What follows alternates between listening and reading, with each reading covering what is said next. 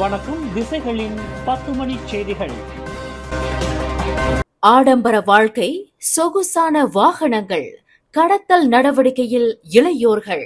எந்த ஒரு வசதிமிக்க குடும்ப பின்னணியோ அல்லது தொழில்துறைக்கான நிபுணத்துவமோ கொண்டிருக்காத இளையோர்கள் சிலர் சட்டவிரோத நடவடிக்கையின் வாயிலாக ஆடம்பர வாழ்க்கை மற்றும் சொகுசான வாகனங்களை கொண்டிருப்பது கண்டறியப்பட்டுள்ளதாக போலீஸ் படை தலைவர் தன் ஸ்ரீ ரசருடின் ஹுசேன் தெரிவித்துள்ளார். தாய்லாந்து கிளாந்தான் எல்லைப் பகுதியில் போதைப்பொருள் மற்றும் துப்பாக்கிகளை கடத்துவது மூலம் அவர்கள் வசதி மிகுந்த வாழ்க்கையில் உள்ளனர் என்பது போலீஸ் படையின் விசாரணையில் தெரியவந்துள்ளதாக ஐஜிபி குறிப்பிட்டார். வசதி மிகுந்த குடும்ப பின்புலன் இல்லாமலேயே இளையோர்கள் சிலர் மஸ்தாங் மற்றும் BMW போன்ற விலை உயர்ந்த சொகுசான கார்களில் பவனி வருவது குறித்து ஆராயப்பட்ட போது அவர்களின் சட்டவிரோத நடவடிக்கைகள் அம்பலமாகியுள்ளதாக தான் ஸ்ரீ ரசருடின் தெரிவித்தார். இதன் தொடர்பில் கிளாந்தான் தாய்லாந்து எல்லையில் கடத்தல் நடவடிக்கைகளை முறியடிக்க பாதுகாப்பு நடவடிக்கையை வலுப்படுத்துமாறு பாதுகாப்பு படையினருக்கு உத்தரவிடப்பட்டுள்ளதாக ஐஜிபி குறிப்பிட்டார். சன்வே குழுமத்திற்கு சொந்தமான பல்கலைக்கழகத்தில் மாணவன் ஒருவன் தகாத நடவடிக்கையில் ஈடுபட்டதாக சமூக வலைதளங்களில் பகிரப்பட்டு வரும் காணொலி தொடர்பான தகவலை அந்த முன்னணி பல்கலைக்கழகம் இன்று உறுதிப்படுத்தியது. சம்பந்தப்பட்ட மாணவனுக்கு எதிராக கூறப்பட்டுள்ள குற்றச்சாட்டை பல்கலைக்கழகம் மிக கடுமையாக கருதுவதாக அது தெரிவித்துள்ளது. இச்சம்பவம் பல்கலைக்கழக நிர்வாகத்திற்கு மிகுந்த கவலையை ஏற்படுத்தியுள்ளதாக அது குறிப்பிட்டுள்ளது. தவிர அந்த மாணவனை அத்தகைய செயலில் ஈடுபட வைத்து பகடிவதை செய்த மாணவர்களையும் அது கண்டித்துள்ளது. சமூக வலைதளங்களின் வாயிலாக தங்களுக்கு கிடைக்கப்பெறும் ஒரு தகவலை மற்றவர்களுடன் பகிர்ந்து கொள்வதற்கு முன்னதாக அதன் உள்ளடக்கத்தில் உண்மைத்தன்மையை உறுதி செய்யுமாறு சமூக வலைதள பயனர்களை தொடர்புத்துறை அமைச்சர் டத்தோ ஃபாமி ஃபட்சேல் கேட்டுக் கொண்டார். ஆர்வ மிகுதியால் உந்தப்பட்டு அந்த தகவலை பதிவேற்றம் செய்வதற்கு துடிப்பதற்கு முன்னதாக அதில் பொதிந்துள்ள உண்மையை கண்டறிவது அவசியமாகும் என்று டத்தோ ஃபாமி வலியுறுத்தினார். சமூக வலைதளங்களில் இருந்து பெறப்படும் தகவல்களில் மிகுந்த எச்சரிக்கையாகவும் கவனமாகவும் இருக்க வேண்டும்.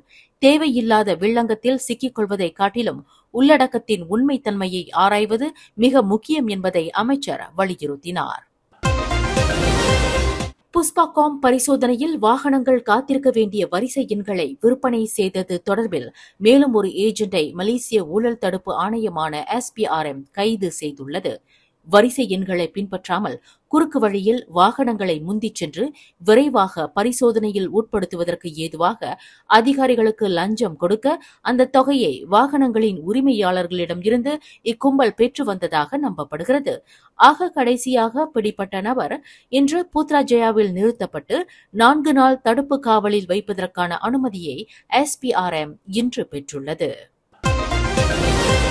பஹாங் மாநில குடிநீர் நிர்வாக வாரியமான பைப்புக்கு சொந்தமான லாரி ஒன்று வேக கட்டுப்பாட்டை இழந்து சாலையை விட்டு விலகி வீடமைப்பு பகுதிக்குள் நுழைந்ததில் ஓர் இந்தியருக்கு சொந்தமான வீடு மற்றும் கார் கடுமையாக சேதமுற்றது. இந்த சம்பவம் இன்று மதியம் 12:41 மணியளவில் ரவுப் ஜலன் லிபிஸ் தமன்கு நகாவில் நிகழ்ந்தது. இதில் லாரி ஓட்டுநரும் உதவியாளரும் காயமடைந்தனர். அதிர்ஷ்டவசமாக வீட்டில் உள்ளவர்கள் யாரும் காயமடையவில்லை.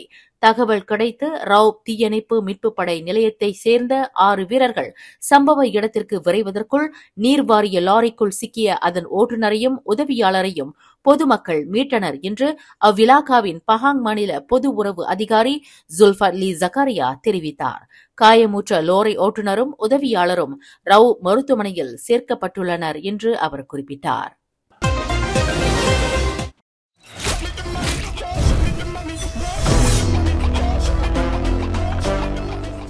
தென்னிந்திய திரைப்பட முன்னணி நடிகர்கள், நடிகைகள், இயக்குநர்கள், இசையமைப்பாளர்கள், பின்னணி பாடகர்கள், நகைச்சுவை நடிகர்கள் கலந்து கொண்டு விருது பெறும் நிகழ்வு பினாங்கு மாநிலத்தில் spice அரீனாவில்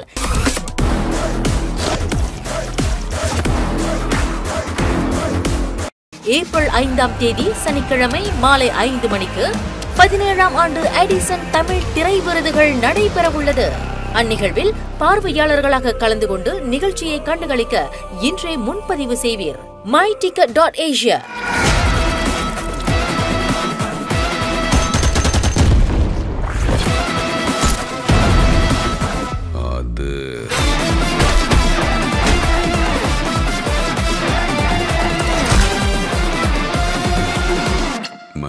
Thanks. Missed you all. தொடர்புக்கு 039760144 03860050196. ஜொஹூர் மாநிலத்தில் வெள்ளத்தினால் பாதிக்கப்பட்ட 6 மாவட்டங்களை சேர்ந்த மக்களுக்கு நிவாரண உதவியாக ரொக்கத் தொகையை வழங்குவதற்கு மாநில அரசாங்கம் ஒப்புதல் அளித்துள்ளது. பாதிக்கப்பட்ட 3749 குடும்பங்களுக்கு தலா 3000 ரிங்கிட் உதவித்தொகையாக வழங்கப்படும் என்று ஜொஹூர் மந்திரி பிசார் டாக்டர் ஆன் ஹபீஸ் காசி தெரிவித்தார். தற்காலிக நிவாரண மையங்களில் தங்கி தங்கள் பெயர்களை பதிவு செய்து கொண்டவர்களுக்கு இந்த நிதி உதவி வழங்கப்படும் என்று அவர் குறிப்பிட்டார். இதற்காக 11 மில்லியன் ரிங்கிட்டை மாநில அரசாங்கம் ஒதுக்கியுள்ளதாக ஆன் ஹபீஸ் தெரிவித்தார். நகரி சம்பிலான் நீலாய் அருகில் இலி நெடுஞ்சாலையின் தெற்கு வழித்தடத்தில் 43வது கிலோமீட்டரில் விரைவு பேருந்து ஒன்று வேக கட்டுப்பாட்டை இழந்து எதிரே சென்று கொண்டிருந்த ட்ரெய்லர் லாரியின் பின்புறத்தில் மோதியதில் பேருந்து ஓட்டுநர் படுகாயத்திற்கு ஆளாகினார். இச்சம்பவம் இன்று காலை 8 மணியளவில் நிகழ்ந்தது. அந்த ஹீனோ ரக விரைவு பேருந்து ஒரு மலேசிய மொழிபெயர்ப்பாளர் மற்றும் 20 சீன பிரஜைகளை ஏற்றிக்கொண்டு கோலாலம்பூரில் இருந்து சிங்கப்பூரை நோக்கி சென்று கொண்டிருந்த போது இந்த விபத்து நிகழ்ந்ததாக நீலாய் மாவட்ட போலீஸ் தலைவர் சூப்பரிண்டென்டன்ட் அப்துல் மலிக் அசீம் தெரிவித்தார். 51 வயது ஓட்டுநரால் அந்த பேருந்து ஷா அலாமில் இருந்து சினாவாங் வழியாக சிங்கப்பூரை நோக்கி இயக்கப்பட்ட போது இந்த விபத்து நிகழ்ந்ததாக அப்துல் மலிக் குறிப்பிட்டார்.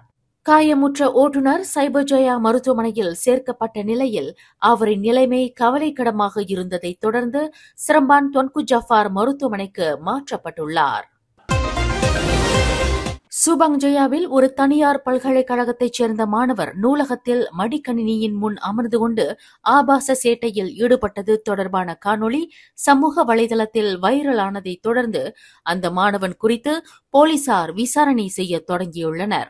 அந்த மாணவர் சம்பந்தப்பட்ட 2 காணொளிகள் தொடர்பில் போலீசார் நேற்று இரவு பொதுமக்களிடம் இருந்து புகார்களை பெற்றிருப்பதாக சூபாங் ஜயா மாவட்ட போலீஸ் தலைவர் ஒன் அஸ்லான் ஒன் மமாட் தெரிவித்துள்ளார். இன்னும் அந்த மாணவனிடம் போலீசார் விசாரணை நடத்தவில்லை.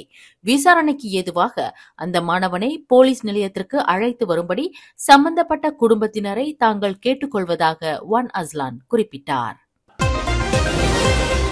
மலேசியாவில் மக்கள் மிகுந்த சந்தோஷமாக வாழ்ந்து வருகின்ற மகிழ்ச்சிகரமான மாவட்டங்களான 20 இடங்கள் தேர்வு செய்யப்பட்டுள்ளன. இந்த 20 இடங்களில் பஹாங் மாநிலத்தில் 4 மாவட்டங்கள் தேர்வாகியிருப்பது குறித்து மேன்மை தங்கிய பஹாங் சுல்தான் அப்துல்லா இன்று பெருமிதம் தெரிவித்துள்ளார். லிபிஸ், கேமரன் ஹைலண்ட்ஸ், ஜெராந்தோட் மற்றும் தமர்லோ ஆகிய மாவட்டங்கள் பஹாங் மாநிலத்தில் மிக மகிழ்ச்சிக்குரிய இடங்களாகும் என்று அறிவிக்கப்பட்டுள்ளது. இந்த 4 மாவட்டங்களில் குறிப்பாக லிபிஸ் மகிழ்ச்சிகரமான மாவட்டமாக வகைப்படுத்தப்பட்டுள்ளது மிக பொருத்தமானதாகும் என்று சுல்தான் அப்துல்லா பெருமிதம் தெரிவித்தார். மேலும் செய்திகளை தெரிந்து கொள்ள கீழே இருக்கும் பெல் பட்டனை அழுத்துங்கள். உங்கள் மகிழ்ச்சியை வெளிப்படுத்த லைக் மற்றும் ஷேர் செய்யுங்கள். தொடர்ந்து திசைகளோடு இணைந்திருக்க சப்ஸ்கிரைப் செய்யுங்கள்.